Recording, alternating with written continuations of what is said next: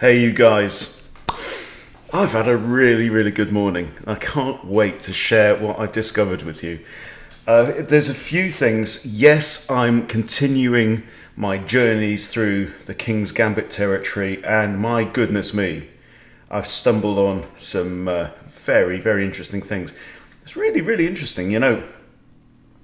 I mean, I went onto YouTube and I've typed in the King's Gambit, and there's a lot of videos on the King's Gambit, but I found more using this method that I'm going to share with you now than I found on YouTube. The thing about YouTube is that because most chess content producers are titled players, are very high rated, they will tend to show you the best lines, and the problem with a lot, like, you know, using the computer analysis is that it will teach you the best lines. And what's wrong with learning the best lines, I hear you ask? Well, because we're all Muppets. That's the problem. We're a load of Muppets, and people don't play the best lines against you, which is why in my most recent video on the King's Gambit, I started my early research with looking at my own worst losses against the King's Gambit, because that's what I've done in the past, and really discovered some horrible ones. So look, you can see here I am now building up my, this is a Lichess study, right? And Buddy showed me that you've got this setting called inline notation. So and what that does is it breaks out each line onto its own. So it's got this little tree thing. It's absolutely perfect, exactly what I was looking for. And I've also discovered that you can add notations on here. It's not quite as nice as the way chess.com does it. Chess.com puts notes in a different color, which I think helps. And also it lets you do it in line. So it says add notation, then you just type it straight there. Whereas in Lichess, you have to type it down here. But that's okay. The other thing chess.com is better at is that you can just right click and add an annotation. Whereas here again, you have to use these tabs down here, which is a bit clunky, but I think that what's most important is being able to read and understand and navigate clearly the PGN rendering itself. So that's what I'm going to go with now. You should know by now that what I'm looking at is, well, right now I'm looking at if they accept the Gambit. Okay, this is what all today is about, if they accept the Gambit. And then I'm going to play the Bishop's Gambit. Now this is what Bobby Fischer played. He said that apparently this is the most common move, is knight f3, preventing the queen from coming out here with check, right? But he said that there's nothing in it for white after black plays d6 or something like that, or it loses by force or something. I don't know. I mean, the real world results don't show that, but this is what I want to play. I've already decided I'm not even going to bother with the knight f3 line because it's safe and boring and traditional. I'm going to go with the Bishop's Gambit here and almost invite black to throw in the queen check. Throwing out their queen early, going full Nelson. You have to play king f1, and then you carry on from there. Now, very exciting time.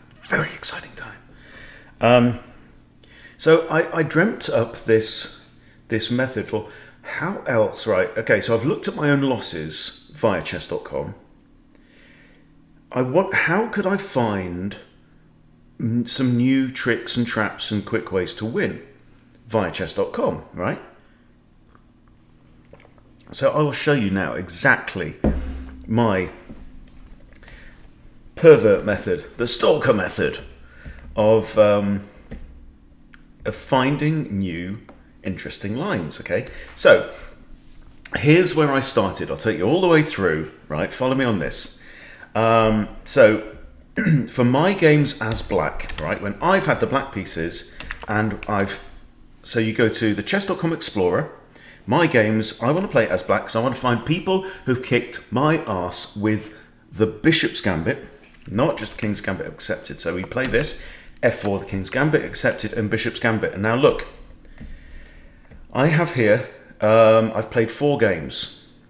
4 games, I've lost them all from this position in the past, right?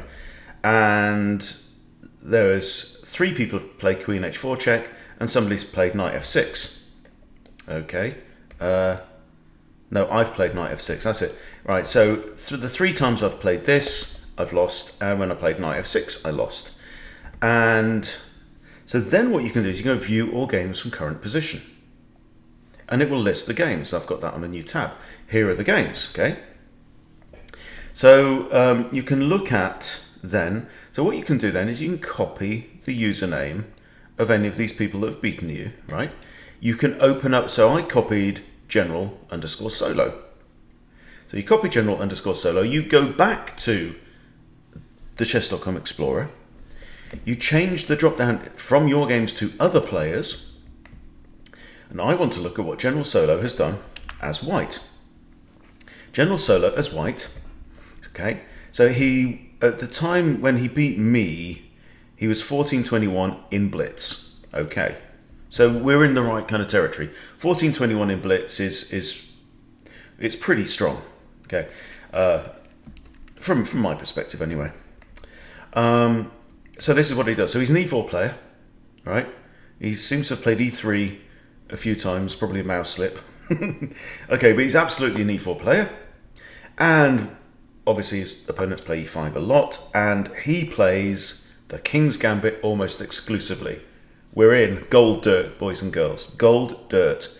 Okay? 4,000 King's Gambits, and he's played Queen F3, whatever that is, a few times. Okay? But he does all right. He gets a 52% win rate with the King's Gambit. Okay? Now, we're not interested in all the other stuff, but I may go back and stalk General Solo again.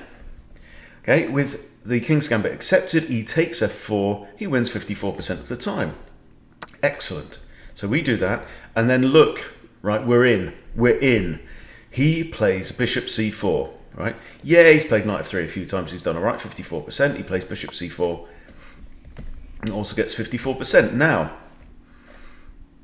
what we can do from this point, again, is click View All Games with Current Position. Because what I want to do is I want to get a feel for a few games. So I click that, I've got that open in the next tab, and these are all the, and then what you can do is you can filter it to the games that your opponent won, or your stalking target won. So I filtered it to 1, hit search again, and these are games that he's won. Okay. Now, so what I then did was I spent some time. I held down. You hold down Control or Command on your keyboard, and you can open up many games in new windows. Now I do actually recommend pulling up the analysis rather than the games themselves. And so I went through. I've been through a couple. So I was looking for any that he won in 20 moves or less, right? Ish. Because I'm looking for. Okay, I'm looking for the low-hanging fruit right now. Okay, I'm not looking to get a really deep and profound understanding of King's Gambit theory. I want to know how to smack people round the head with a brick. Quite honestly, right? I confess. I want to use this as a tool of violence. Okay, and going through those games has been, I have to say, quite revealing, and I have found 3 that have absolutely blown my mind. And I'm going to take you through those games now, and we're going to use a combination of, we're going to use chess.com, and I'm also going to show you the Lead Chess Players Database Explorer as well. So strap in, because here we go. Now, so here we got, 2 1,400 players. This is a 10-minute game. So used to be Blitz on chess.com, it's now Rapid. And we know the first 2 moves, or 3 moves. Bishop c4. Okay, so this is the Bishop's Gambit. And you would expect this a lot of the time. Here we have Knight c6, and we have Knight f3. Preparing to castle kingside. Okay, so far so normal. And now g5. g5 makes sense. Okay, clearly, if you look at this, white is about to play d4, defended by knight and queen, right? And gaining control of the center. Black, all black has right now is he's got an extra pawn, but he's also got this awkward guy stuck out on f4. So you know why white wants to play d4. Playing d4 is like the entire point of the opening. If you think about it, why do we play? This is like playing the Sicilian with the black pieces in a way, okay? Because with the Sicilian as black, you play that to prevent your opponent doing that and to get the center.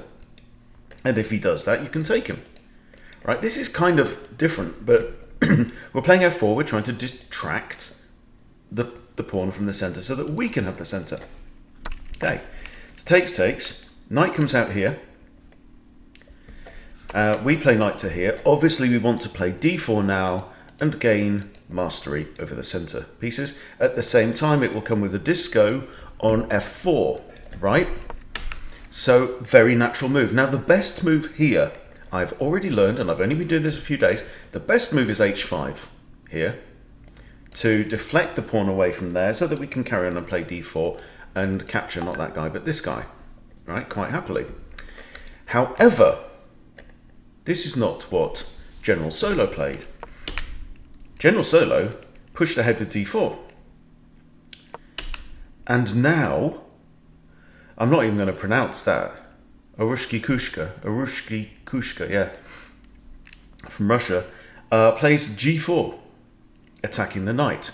And this, my friends, is completely new to me. This is the Blackley Gambit, or the Blatchley Gambit, and strike me down with a feather if General Solo doesn't calmly castle. Notice both players have only used a few seconds. I don't know if this is an increment game. I don't think it is. No.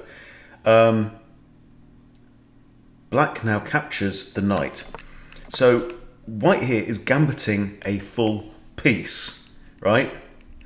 And you can see this gets your juices flowing, right?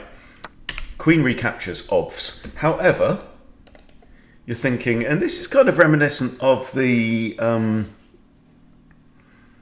Rider Gambit from the Black Mardima, if you know that. You're just throwing material at your opposition, and you're really tempting the knight to grab that pawn. Now, he doesn't do that because obviously at the same time we're attacking this no less than 3 times. So in fact, Queen f6 is pointless. I think Queen e7 might be the best, but we're going to look at that in a second. Okay, Queen comes out here, and now calmly again e5, and look at what we've got. Right, white's already castled. This is good, right? All the pieces have a direct route out into the board. Black now has a queen out in the board, hasn't castled, and has got a bit of a tender king there. Queen now weirdly comes down to h4, and bishop takes here. Okay, and this just you wait. Just you wait, boys and girls. Now the knight comes in and grabs a pawn, thinking, ha, right? I have some compo here. I've got some compensation. I'm attacking the queen. I'm attacking c2. And if I get to take c2, the rook is mine. And I win. Hurrah. Not so fast, black. Okay. Guess what white does now? Guess. Go on. But go on. I'll give you a clue. It's the best move in chess. Forgive me if I get overexcited.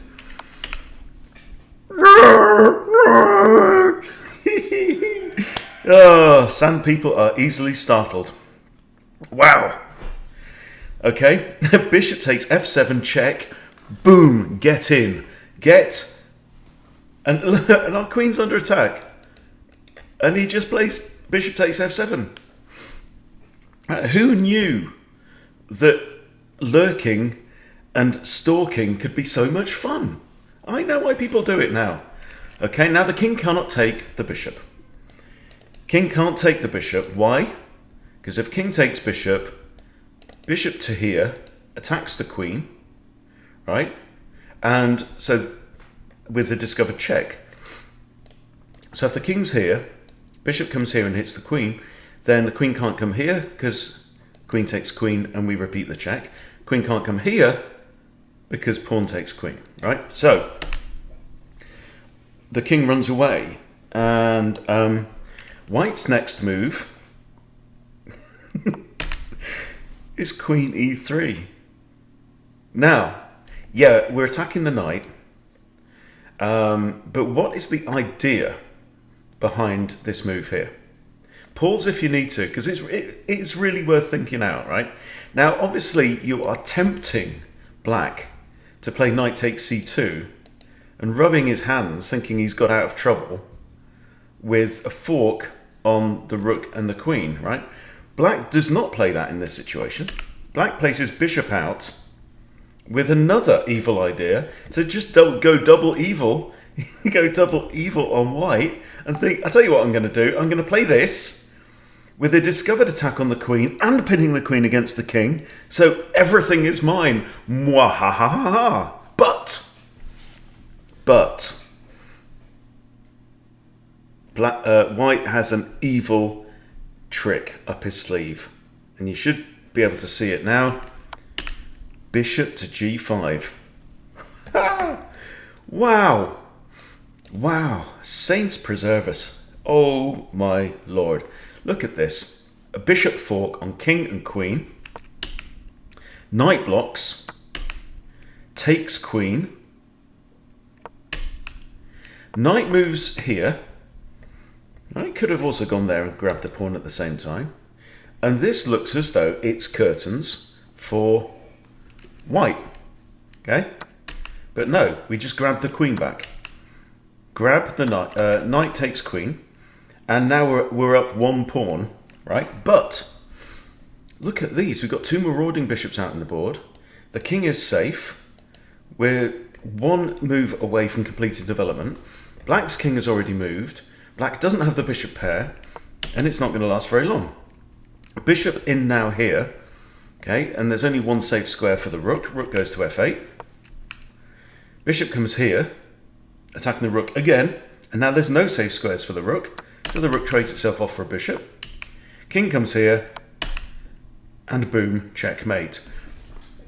Put that right up your pipe and smoke it. Okay, so I've played through the same game on the Lee Chess thingy. This is the player's database. Yes, I'll show you the settings. Blitz and Rapid, 1600, 1800, 2000, right? So this is the same game that we just saw. E takes f4, by far the most common. And this is the bishop's gambit that we like. Knight out to c6 is not uncommon at 16,000 moves. That's nearly 10% of the time. Knight out to here is actually the most common move. Okay, and it's a book move. Computer is now saying, no, it's not saying that at all. And now g5. So how common is g5? Fifth most common, 8.3%. Bishop c5 is the most common. Okay, but we're learning these traps. g5 makes perfect sense. It's a logical move. d4, second most common. Most people will castle immediately, but d4 is fine. Then we are looking for g4. And look, so the most common move here is d6. But not far behind, with 21% of the time, is g4. And g4 is played. And now look, now when white just castles, he wins 53% of the time. In fact, from this position, anything else is just not brilliant. Really not very good. Because on average from this position, black wins 53%, but white wins 53% when he does this. And always black will take the knight. And then we recapture queen takes f3, always. And knight takes d4, very, very tempting. Okay. Now, this isn't what we saw in the game. What we saw in the game was queen f6, right? Queen f6, vain attempt to defend this pawn, but the pawn's attacked twice, so defending it once is just pointless. The most common move that you will find, and I've got this in a sideline here, knight takes d4. because we're more likely to see that sideline than what black actually played in this game. And I'm sure that a solo would be familiar and would know what to do here. But let me show you what to do, because I've just looked at the most common moves from this point. Now, queen takes pawn, and if the the correct move here is queen e7. Okay, queen e7. I think f6 is playable, where it's defended by the knight and the queen, but queen e7 is best. And then you can play bishop takes f7 check. Obvious, if queen takes, that just loses. It's like mate in two. Yeah, queen takes here. That, I think there's only one legal move, and that's just checkmate. Okay, so queen can't take. So free pawn. Now, so the king has to go to d8, and so if you look at this, we'll look at this on here. King d8. Black actually weirdly wins 60% of the time from here. If queen takes d7, it's just lost. Black wins 67% of the time, apart from if you know what to do. So here, knight c3, and white's winning more of the time. Isn't that funny? Yeah. Also, dropping the queen back to f2, where it both attacks the knight and defends that pawn, is also good. And remember, the rook is also x-ray defending the bishop as well. So that's also a good move. It's been played 11 times. But knight c3 here is very good for white. Interesting stuff. But anyway, so I've added all of that to my PGN, which is now a Lichess study, and it's also a public study. So I will paste the link to this in the description of the video. You can come along and browse this to your heart's content and enjoy, train yourself. Are you ready for game number 2? These are all absolute smashers. Okay, game number 2. Now this is a 5-minute game against the 1300. And we have the King's Gambit accepted, Bishop's Gambit. So far so good. Immediate g5. Now this is slightly different because on the previous game we had the knight out there. Okay, and what was that called? Let's just remind ourselves. The Blatchley Gambit. Okay, this is not the Blatchley Gambit. This is slightly different, but they're very, very similar ideas. Important to note. And that's what I'm trying to do. I'm not trying to just to remember some moves so I can trick poor unsuspecting passers-by. I'm trying to understand some of the thinking behind the evil, right? Evil plans should have a purpose and an intent. Okay, so again, knight f3, right? Probably the best move is h4. I've been told that, but that's the problem when you watch videos from title players. They've done a lot of computer analysis and they know what their opponents are going to be doing, so they're going to be teaching you how to think and how to play like a title player. I'm not here to play like a title player. Why? Because it'd be pointless me training to play like a title player when I'm 1600, because my opponents aren't title players. Anyway, I'm just here to beat people up. So knight f3, not the computer's choice. Maybe it might be a book move, and here the pawn pushes straight away. Okay, now guess what white does? You'll never guess. Does he A, save the knight, or B, castle? Boom. Okay, and then black, who is 5 seconds into his game, goes free stuff. G takes knight, queen takes pawn. We've seen this before. The only difference is that we had a knight out here and maybe a knight out here, I can't remember, or knight out here in d4, can't remember. But anyway, that's not the point. Queen f6 again, right? And this is the thing, right? The computer doesn't like that move. But that doesn't matter, because humans play it. This is the point. We're playing humans. We're not playing fish. Okay? E5. Again. That's exactly what we saw in the last time. But last time we had a pawn here as well. Now, interestingly, the queen can take E5, lining up the king and queen, but rook E1 is not playable because the queen can just take it. It's not defended on that square. So queen takes e5. Bishop takes f7 check. Now, can the king take the bishop? Yes, the king can take the bishop. And by the way, let's just back up a bit. This here, without the knight out here and these shenanigans going on, this is different. This, when you castle here, this is now called the Muzio Gambit, not the Blatchy Gambit or whatever, all right? This is the Muzio Gambit. Okay, takes, blah, blah. Okay, and this is now called the double Muzio Gambit for some reason. Anyway, so king takes, fair enough. Now we could win a pawn here as white. White actually plays d3. The computer didn't like that. The computer said d4 is better. Okay, but white plays d3. Bishop comes out to defend the pawn. Perfect sense. Knight comes out. We're developing. And again, look at this situation. Bizarrely, black is up 2 minor pieces. Black is +6 here. Black is +6, but on the and this is the whole thing you have to understand about gambits, right?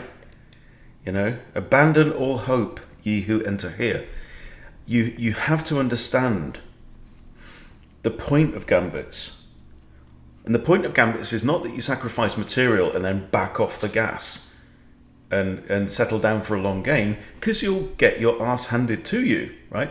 The point of gambits is you trade the disadvantage of giving up material, and here we've given up 2 whole pieces in order for rapid development and attacking opportunities. And here we have a king out in the open. We've got 1, 2, 3 minor pieces still undeveloped, and we've got 2 rooks still in the box. Right. D6 is played. Fair enough. So what do we do now as white? Okay, it's the slightly unusual looking knight e2, but we're adding a fourth attacker on this pawn here. The pawn itself is obviously pinned, can't go anywhere anyway. Black develops. We grab the pawn with the bishop. Now this looks kind of ropey, doesn't it? Because we're already down 2 pieces, and here we are proposing a trade of bishops, which is indeed what happens. Of course we recapture with a knight. Why do we recapture with a knight? Okay, some very, very good reasons for this. You recapture with a queen, black's going to go, thank you very much, I will trade queens all day long, right? That's one reason. And you're going to be down 5 materials, okay? You're down 2 minor pieces for a pawn, and it's simply a losing situation. And then suddenly, black's issue of having his king out in the board, right, when the queens are off the board, is nowhere. It's possibly even a slight advantage for black, because black will just get his king, you know, somewhere nice, get his pieces out and go on and win. So you absolutely do not want to be trading queens right now. The other issue with this is, when you capture with a knight, it comes with a threat. What's the threat? Well, you can move your knight now with a discovered check. Very, very important, right? So you 2 for the price of 1. So obviously black blocks with the knight here.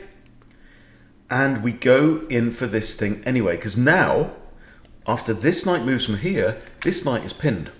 So this knight can't take this knight. That's not allowed, right? We're also attacking c7 and the rook.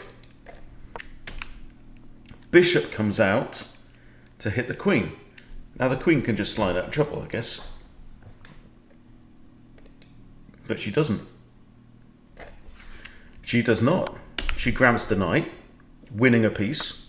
Queen takes, knight takes. Again, same principle. We've been doing this in Chess Bootcamp Live, right? It's very tempting to take with check, but you take with check and the king just goes, oh, I'm going to have to move now. I'll go somewhere, right? Gets out of check, right? This, we attack at the bishop, right? We attack at the pawn, and it still comes with the threat of discovered check. So nasty, nasty, nasty. Okay, bishop comes to here. Rook A to E1. And now we're down a bishop, right? King now moves to here, pinning the bishop. Okay, and this is a lovely, lovely little move, right? Check. Right, also attacking C7 and the thing behind it. King moves here. So now the bishop is not pinned, and we check again. And the king moves back, and we check again, and he comes here, and we come to here, and wins on time, okay? But that's not the point, right? So White hit, yeah, it was a 5-minute blitz game. White created a lot of problems. The point of all of this is to remember this for me. Knight F3, this is playable. I need to study the Museo Gambit more. Now, here's the same thing on the Lee chess board. That's the game we just saw.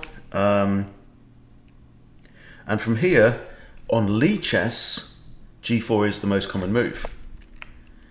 And guess what? Castles is the most common move, right? So once you see a game that you like, you can kind of sanity check it using the game analysis or game report. And I did that for each of these games of solos that I worked through, just to see. But here's the weird thing, because there were moves that he played, right? For example, maybe bringing his knight out instead of playing F4, right? H4. There were moves that he played, and the computer went, "Oh, no, that's not, that won't do at all," right? But he's not playing stockfish; he's playing people. So he castles, and G takes F3 is played most of the time. But look at this: this is everything else is also winning for White, or at least better for White. There's all kinds of horrible things. H5 been played 117 times. 71 win rate for White. So that's what I'm looking for. I'm looking for these irrational positions and advantages. G takes F3, nearly always played. Nearly always, curtains. Queen takes F3 is always played. And now look, Queen F6. I don't think it's the move. I think Queen E7, either in this position or in the other one where the knight was out, is better according to the machine, but Queen F6 is nearly always played. And now this is interesting because C3 is the most common move, but it tends to be best for black there, right? After this is played. So with Queen F6, 50% for black, we played E5, and now when E5 is played, look, 56% win rate for White. Okay, so this is what you've got to know. You've got to know these little moves. What works against humans? Well, this works against humans. If Queen takes E5, then 54% for White. If Queen F5, Queen comes here, attacking this pawn. Let's check that one out. Queen F5, what happens? Well, D4 is played. D4. Okay, most common move. Bishop H6. Bishop H6 defending this pawn. Let's just play it through, right? Knight C3. Okay, good. Developing. Knight C6. Developing.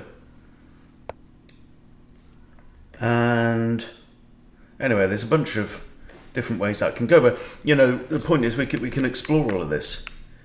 Anyway, so I won't use up too much of your time. We're going to move on to game 3. An absolute stonker. And guess what? How many moves it is? 9. And we know what the first ones are. They are these.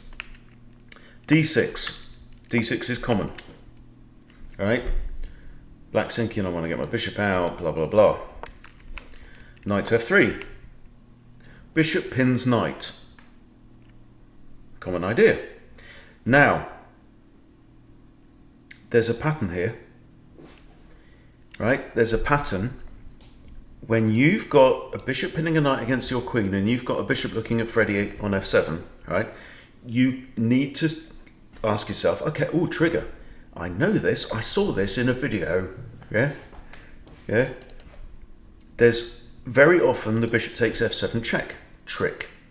because then if king takes, the knight can move with check, and then you can capture the bishop. However, in this situation, you've got to be very careful because the pawn is here. And the queen is guarding that square. So the pawn guards this square, the queen guards that square. Here, it ain't playable, right? But I'm just pointing it out because it's a pattern you need to know, right? Bishop pins knight against queen, but you're looking at Freddie. Okay, now, but remember the theme because it may come in useful later on in the show. Okay, and white goes ahead and castles. Knight comes out here. Knight comes out here. Right, I don't think it's the best moves. Right, now this is actually very natural, and we will look on Lichess in a minute how often this is played. It looks kind of weird because Black's just played the same piece twice in the opening, and he's not developed this, and he's not developed that, and he's not castled his king. Why is he doing this? Well, I'll tell you for why. He's attacking the undefended bishop, and he's attacking the pinned knight. The knight can't move because it drops the queen. So Black is thinking, I might come in and do like this and force the pawn to take and peel open the king. That's the idea. That's what Black's doing. But guess what? Guess the next move. Bet you can't. Bet you can't guess the next move. And it comes with a boom, bidididi badidi boom, right? Pause if you need. And if you can figure out a trap with a forced checkmate from here, kudos. Knight takes e5. Oh no, my queen. Oh no, my queen, right? And white to play and mate into my sweet lord. Ready? Bishop takes f7, check. Now, king is in check, can't stay there. King can't go here because of the knight. There's only one legal move, king e7, and now, I don't know the name of this trap, but there is a very famous, it's not like the Lasker trap or something like that, is it? With knight to d5, but I thought it was kind of a more romantic name than that. If you know the name of this trap, please let me know in the comments, because my gosh. And Solo here wins with 4 minutes 32 on the clock, and that is checkmate. Checkmate. The king has nowhere to go. It's absolutely gorgeous. I'm beside myself with joy at that. Anyway, so let's have a look. Let's have a look. Here we go. And d6. So any time where d6 is played, I am now training myself to go, okay, d6, knight f3. d6, knight f3. Bishop pin, no worries, we castle. Okay? And it's important to use your language here to build those neural pathways. This is what I do. I talk to myself like a nutter when I'm commentating on games, but also when I'm just sat playing on my own. I will talk to myself like a crazy cat person, right? Because it's the language. Different people process in different ways, but for me, I use my ears to think a lot, and the language is very important, right? Knight comes out, knight comes out, knight comes out here, and we are on. Look at this. This situation has been seen. I'm just going to expand it a little bit. I want to see what the grown-ups do as well. Okay, 87% of the time at more lower levels. Oh, still 87% of the time when knight takes e5. Beautiful, beautiful, right? On average, it's still 61% of the time, but the others tend to be, a bit better for black mostly. But knight takes e5. And what black has to do here is capture the knight. Black captures the knight, it's 52% to 48% to black. Black is slightly better if he ignores that. But most people will go, oh no, you're queen. I win. Boom, boom, boom. So black captures the knight. Do we get the bishop then, yeah? No. No. Taking the bishop is actually wrong here. Black takes the knight, then you play this anyway. Interesting. King has to take, then you get the bishop, right? Okay, and now let's just reassess. Material is equal, I believe. 7 pawns each, yep. 2 minor pieces, but black is just all out at sea with an exposed king, no development at all. The only piece he's developed is the king, which is inadvisable. But yeah, you've still got to be a little bit careful. Right, black still has chances in this, but very interesting. So I'm going to take this variation, and let's just see where it varies from there. Okay, so there we capture the knight, and pawn takes the knight. We have to capture with the bishop first. So I'm going to go back to here, right, and we're going to find. Now, which was it? What we'll do is we will play through the game. So it's like this, because it's not easy to find your place in all of these. So it's good to have notes, and good to have the names of the sidelines as well. So knight here. Okay, this is the Fisher defense, and it is a book move. Okay, and here we are. Now I've found my place. So bishop g4 pins, yes. Then we do this. Okay, and now we can continue. Knight out, knight to there. Knight takes, and now this is a variation. So now I add a note. Okay, black must play this. Bishop takes, queen loses. And that's in my comments. And when that happens, we have to play this. This is absolutely essential. Okay, so I do that. Do not play queen takes bishop. Better for black. Right? This, and then king takes, and then queen takes here. And that's all I need to remember for now. Okay? But here we go, and this is all up there, and it's all saved, and you can come and play with this to your heart's content. And that's it. We're going to carry on with our adventures with the King's Gambit, but I'm enjoying myself. Hope you are too. Thanks for watching. Please subscribe to Chess Bootcamp if you haven't subscribed, and I'll see you soon.